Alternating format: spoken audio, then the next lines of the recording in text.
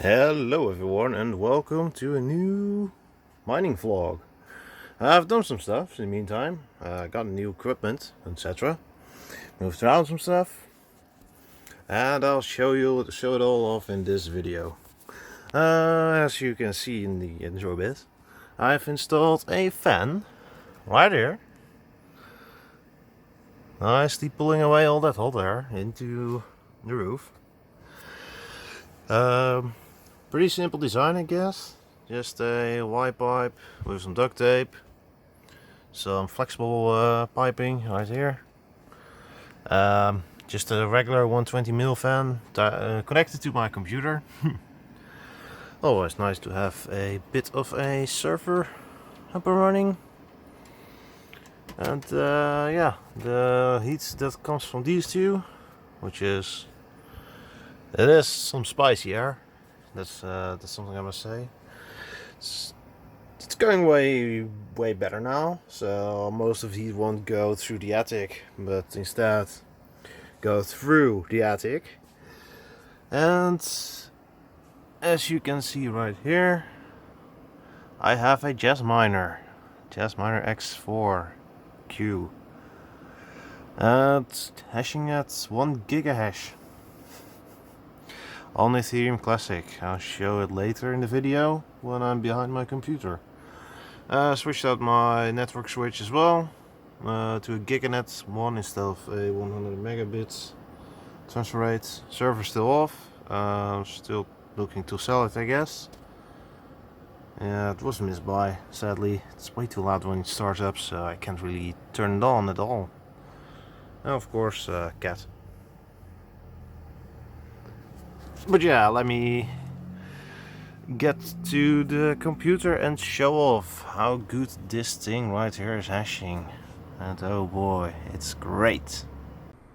So as I preluded in the previous bit, I currently own a Jazz Miner X4Q. It's freaking amazing if you ask me. As you can see, it's hashing at around a gigahash and a bit more. Like, it should be around 1040 megahash or so that's a lot more efficient than any graphics card. Like, for instance, also at just 370 watts. So I have a calculator. The hash rate of the Jazz Miner, hash rate of a 6900 XT. Yeah, one Jazz Miner is worth about 18 of these graphics cards, or just under.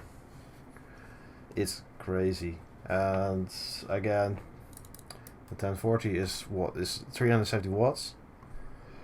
But each of these cards would be at like 150 watts. So that would be 2.6 kilowatts an hour instead of 370. Like, just some numbers for you guys so you know how efficient this thing is. Instead of kilohash per watt, you go for megahash per watt. It's absolutely bonkers. As you can see here, uptimes 5 days, 6 hours. It's running pretty much without any issue at all. I can overclock it technically, but the guy whom I got it from said it's not recommended. You get like 200-ish megahash for around 450 watts, and it's unstable. And that's the main reason why I'm not going to mess around with it as much. I'm also still mining library coin on these two, the gold shell boxes. That's around 80 watts, 80 degrees Celsius. Funnily enough, these are two different models. One has a Wi-Fi card in it, and one does not. So one is not able to get any Wi-Fi. So that was a fun observation between now and my previous video. Yeah. Now for the Monero bit. Still running the two systems, my mining server and my normal server, or gaming server I guess, gaming PC. So two processors running getting about 50 cents a day, yeah, for 120 watt or so, which is not bad at all. The 7000 series CPUs are very efficient, if I say so myself. On Ravencoin, however, yeah, still just mining with my two graphics cards, compromise with my parents. Yes, I still live with my parents. I am a basement dweller, as one may say, or technically an attic dweller then, since I live in the attic, not in the basement. Well, technically not in the attic either. I got my own bedroom, which is very nice, where I spend like 99% of my time, but yeah. Anyways. The compromise was that I would remove some graphics cards to be able to run the Jazz Miner gold shell boxes, or else the power would be too pricey. I wouldn't mind paying for it, but my parents said, nah, we just don't want the risk of anything burning or anything.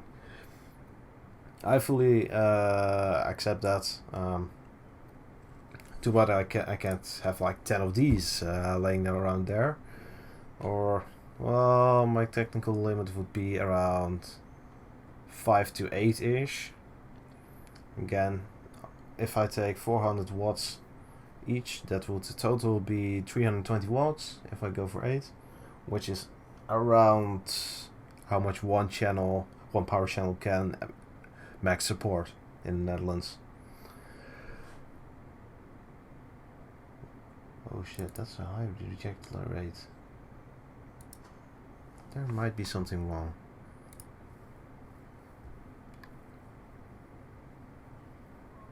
I just noticed. Yeah. This is bad news. I was planning on just showing everything off, but apparently this is going to be a troubleshooting video, I guess. Yeah. Oei. This ain't good. I have to check out what's going on, because I do not want anything to be breaking. Yes, breaking.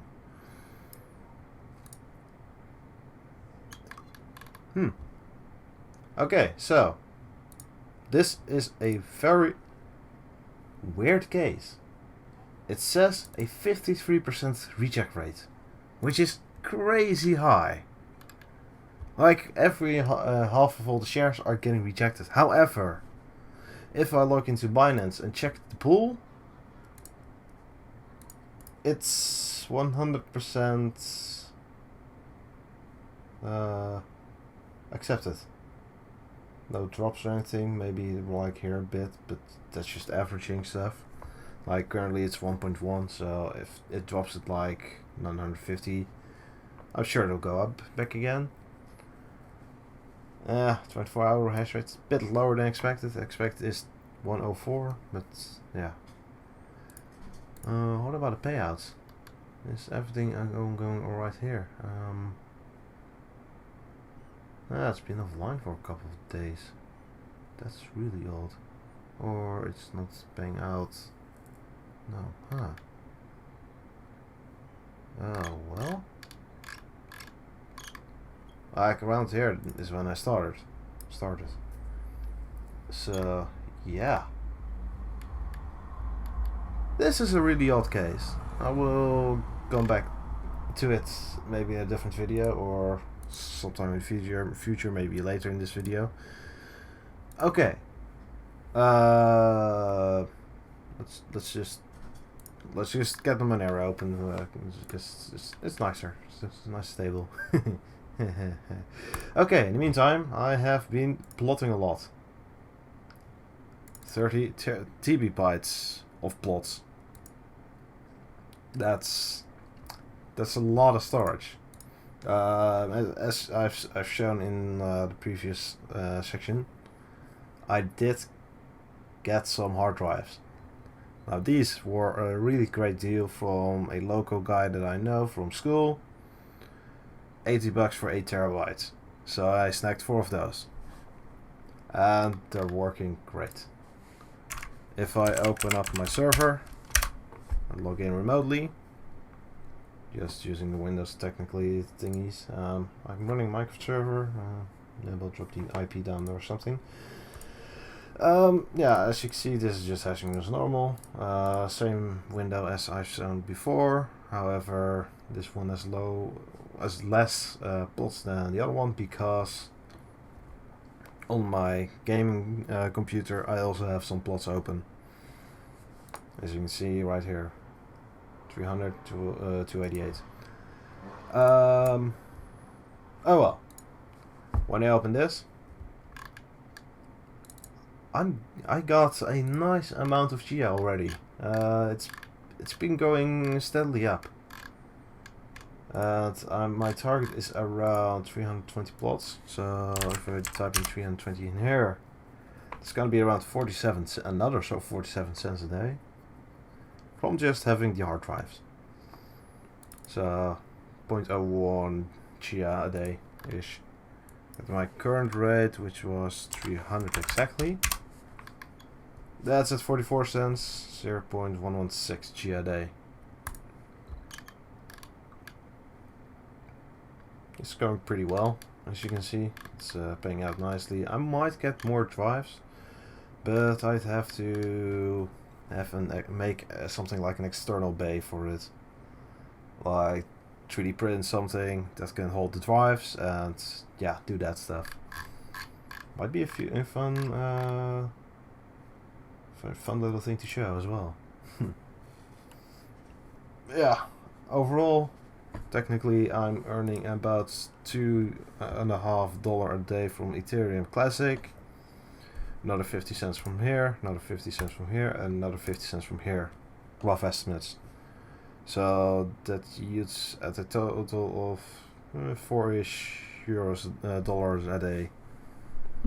Sadly not a huge amount, but hey, it's the bear market. Everything's down low still. Bitcoin is still not up a lot. I think it's like 25k ish. So yeah, it's not going great with the Bitcoin.